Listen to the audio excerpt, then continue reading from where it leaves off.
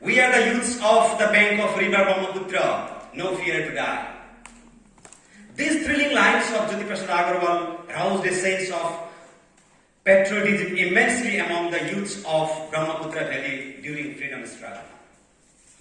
Just 5 years ahead of India's independence in 1942, a very pathetic but valorous incident took place at Dhekiajuli under Sonitpur.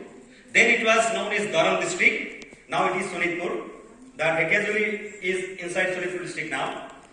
District of Assam, where more than 13 people were gunned down and several others were injured when the British police opened fire to some innocent people of this locality who came to hoist Congress party flag at Dhekiajuli police station as a part of Quit India movement.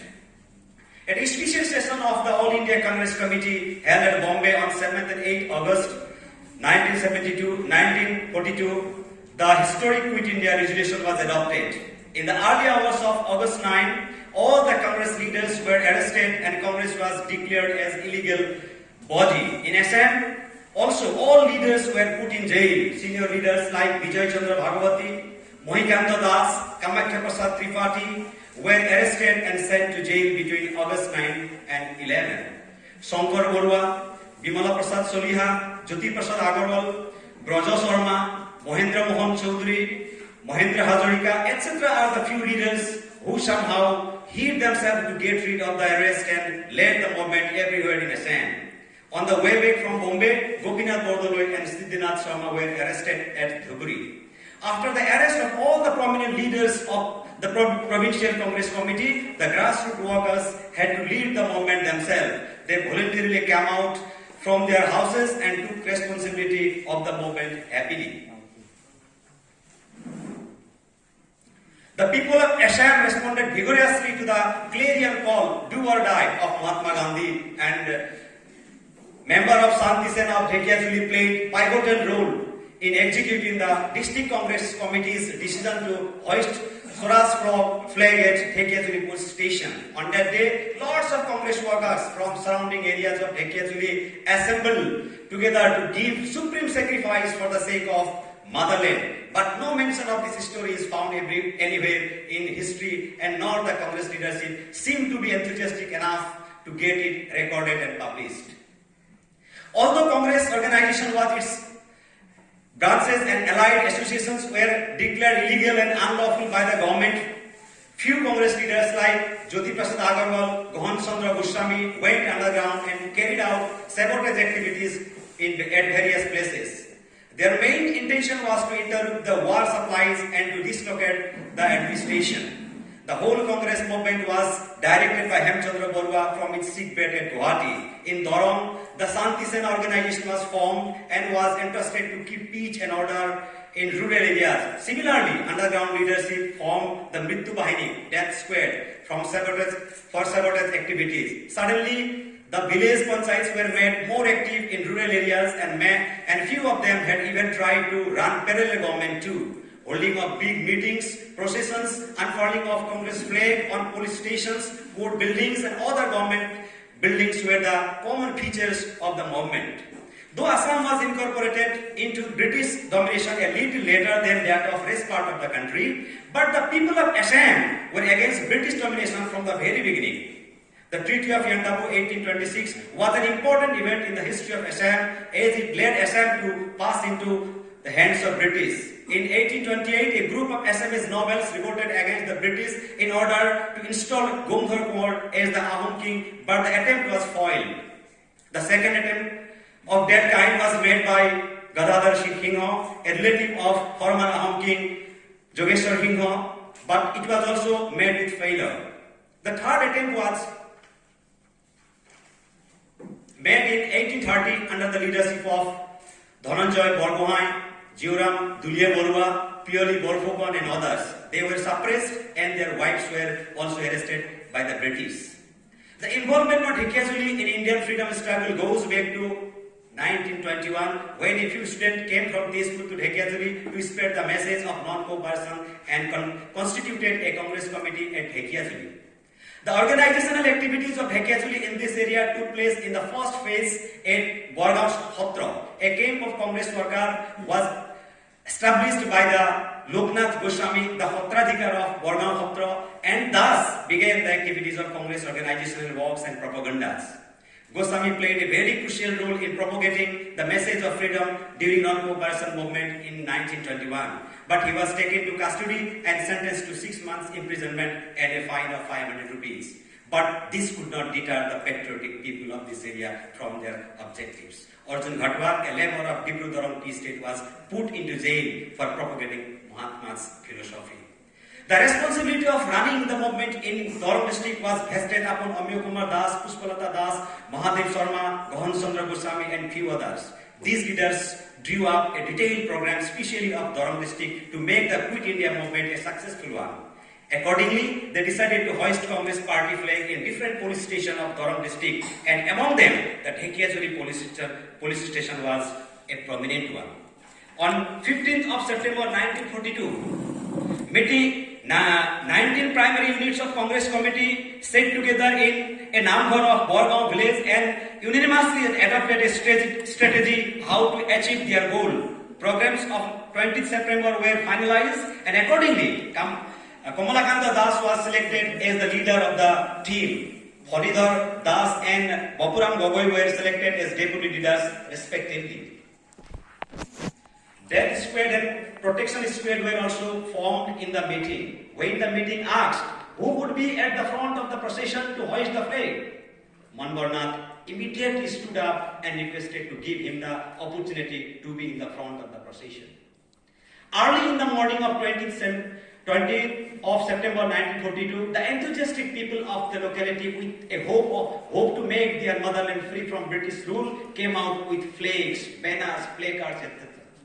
The rally started its journey towards Dhekiajuli, ringing the air with Inqilab Jindabad, Bande Mataram, Bharat Mata Ki Jai, etc.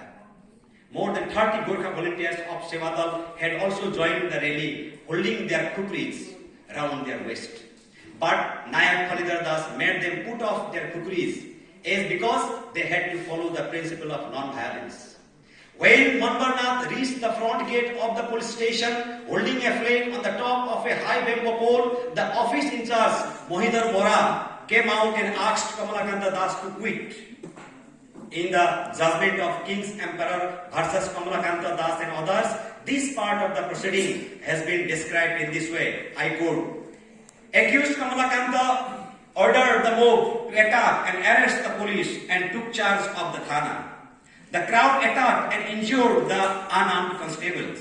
The ASI and OC then ordered the armed constables to open fire. The armed force opened fire. In reply, the mob attacked them and snatched away their rifles and injured the head constable along with 7 constables, I decode. During the clash between the police and the crowd, Kamalakanta Das, the leader of the procession, had received bonnet injury at his back. As soon as the first shot came out from the western side of the police station, there occurred a chaos and a crisis everywhere. But ignoring the sure death, the heroes of that square, Manbarnath, gripping the high bamboo flag, moved on, planted it at the police station. At that time, from the western door, a police came out and shoot 2 rounds of bullets at Manbarnath, who instantly fell down, but he did not let the flag go down. The police started firing ruthlessly and made the people dispersed everywhere. As Gulab Nehru was holding another bamboo pole with a flag at its top, it was his turn to plant the flag in the police station. He went forward with the tricolor at his hand. His mother, Kumali Devi, was following him like a shadow, and as soon as she saw a police taking a shot at her son, she rushed forward like lightning and stood in front of him and breasted the bullet and fell dead. This is a manifestation of motherly love to a son. This also happened at Dhekiajuli on that day. Similarly, a 12-year-old girl, Tileshwari Borua, was fired upon while she had charged forward after Moniram coach was hit by a bullet inside the police station. So we consider her the youngest. Tileshwari Borua is considered to be the youngest martyr of Indian freedom struggle. She also died on the same day. The panic-stricken crowd was mercilessly beaten up by the group of hired people suspected to be in collaboration with the police. There was a narrow iron bridge on the trunk road at the eastern part of the Thela. Sum up now. Okay. I'll just tell some of the name of the martyrs. Yes. Then I'll sum it up. The name of identified martyrs of Dhekesuli incident can be enlisted as follows: Monbornath, Kumoli Devi, Mohiram Koch, Tileshwari Borua, Ratan Kosari, Moniram Kosari, Horunath Chutia, Kumoli Devi, Doyal Das Panika, Lerela Kosari, Mongol Kurku. Besides these, we have two more unidentified martyrs. One is a beggar and another is a monk. So, summing up, this kind of incidents are very rare in Indian history. That in a one point I would like to say here. I have tried to compare this incident with the incident of Jallianwala Bagh. So just I will tell few lines here. This incident of Dhekesuli cannot be compared with that of Jallianwala Bagh massacre. Being overwhelmed by the spirit of freedom, the Satyagrahis of Dhekesuli were ready to die. Death seemed very small to them. On the other hand, the people of Jallianwala Bagh were unaware of their death. They were suddenly succumbed to bullet injuries. Even the geography, cause of motives of both the incidents were contrary to each other. So summing up, these kind of incidents are very rare in Indian history, that in a same place and same day, such a big number of people have sacrificed their lives in order to make Congress Quit India movement a successful one. So everyone should realize the importance of the day and feel proud. The glorious story of freedom struggle of Assam, particularly the exemplary courage, dedication, patriotism and supreme sacrifice of Dhekesuli people has not been recognized yet at all India level, even after more than 75 years of India attending freedom. This year, India is celebrating Azadi Ka Amrit Mahotsav. The freedom fighters of Dhekesuli should also get proper recognition and honor. It is very disappointing that no research work has been done on Dhekesuli so far. Unless research works are carried out and seminars are organized at national and international level, these unsung heroes of Dhekesuli cannot be brought into light. Students intending to have PhD should choose Dhekesuli incident as a topic of their study and carry out research work. Mere organizing meetings on particular date and writing few articles may not be sufficient to bring justice to the martyrs of Dhekesuli. Sacrificing their lives, these fighters have brought a new dawn of freedom for us. Now it is our turn to give them justice. A high-rise Shahid Stamba was inaugurated on 1975 by the then Chief Minister of Assam, Sarat Chandra Singha, to commemorate the martyrs of Dhekesuli. But the irony of the matter is that, at one hand, standing at the center of the town, the Shahid Stamba is telling the glorious story of our freedom fighters and martyrs. On the other hand, the families of these martyrs and freedom fighters are leading a very miserable life. Justice should be done to the martyrs' family too. The village of the martyrs' family should be developed. The Dhekesuli town and the Thana where the incident took place should be remembered as a historical one. The declaration of Shahid Nagari to Dhekesuli town is a very legitimate one, but this declaration should be enacted officially by the government. The administrative setup of civil subdivision should be activated immediately. The township should get connected with railway tracks, and at least a monumental institute should be established at Dhekesuli to commemorate the big sacrifice of the area. Thank you.